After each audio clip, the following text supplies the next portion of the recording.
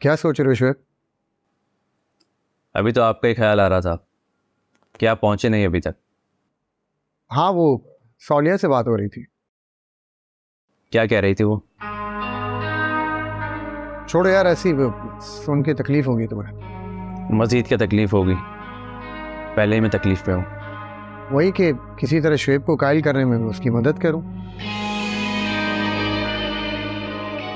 मुझे तो हैरत है यार कि वो मुझसे सौदेबाजी कर रही है, हालांकि वो जानती है हम दोनों भाई हैं, कौन का रिश्ता है हमारा। उसे ऐसा क्यों लगता है कि मुझे इतनी आसानी से यकीन आ जाएगा और मैं सब भूल जाऊंगा?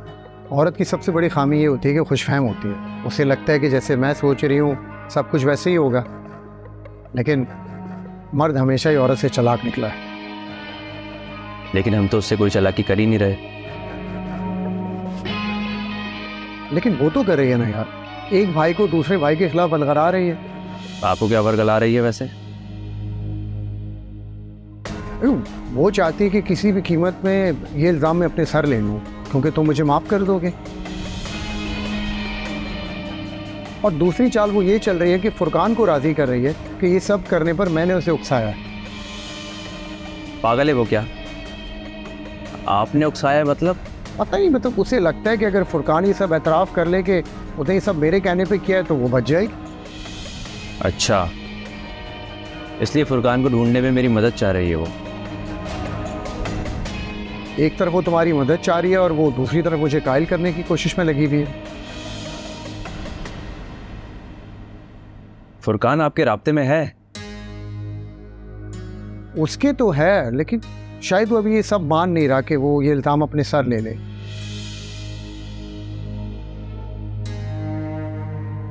हम उससे किस तरह मिल सकते हैं? क्या पूछना चाहते हो उससे?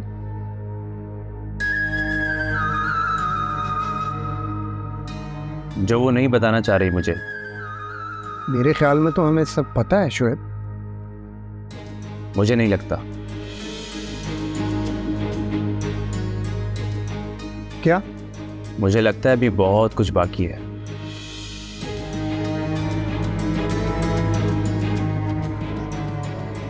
ठीक है, ढूंढ लेते हैं फिर फुरकान को भी। चाय, मेरे सर में दर्द हो रहा है। हाँ, वो तो मेरे भी हो रहा है।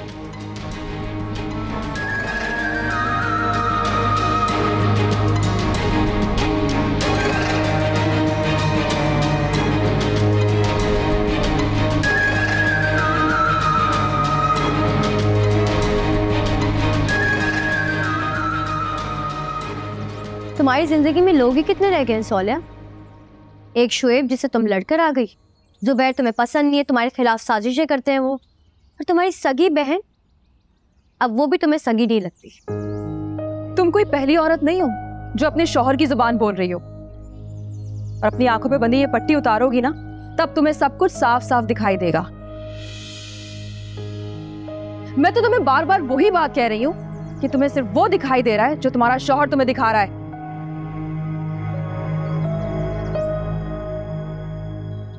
तो तुम्हें क्या लगता है कि फुरकान तुम्हारी मदद करेगा, वो भी शुएब की गलतफहमी दूर करने के लिए?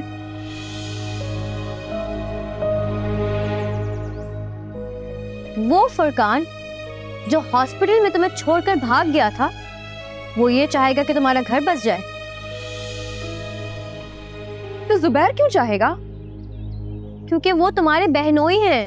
अरे वाह, ये तो मैंने सोचा ही नहीं। और सोचा तो तुमने भी नहीं था ना कि वो तुम्हारे रिश्ते को कबूल करने से बार बार मना करेगा।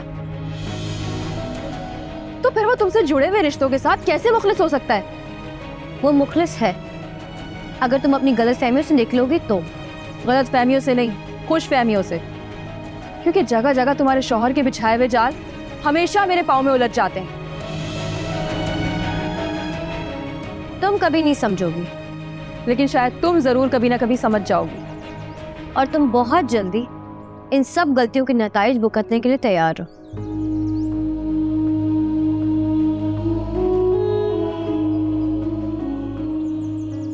अभी भी तुम्हें लगता है कि कुछ भुगतना बाकी है मेरी जिंदगी में? अभी भी तुम किनारे पर खड़ी हो, अगर चाहो तो वापस मुड़ जाओ। वरना डूब जाओ। अगर मुड़ने के लिए तुम्हारे शौहर की मदद चाहिए होगी तो मैं डूबना पसंद करूंगी, क्योंकि दोनों सूरतों में अंजाम वही होगा। ठीक है, फिर तुम खुद ही तैरना सीख लेना, और इससे पहले ये भी सोच लो कि तुम कहाँ जाओगी, क्योंकि ये घर तो बिक जाएगा। जुबैर तो आराम से हमारे लिए कोई ना कोई घर ढूंढ ही लेंगे, लेकिन तुम कहाँ जाओगी? अगर तुम कहो तो मैं जुबैर से कहूँ कि तुम्हारे लिए कोई छोटा सा फ्लैट ढूंढ दे। तुम्हें मेरे लिए फिक्र करने की कोई जरूरत नहीं है।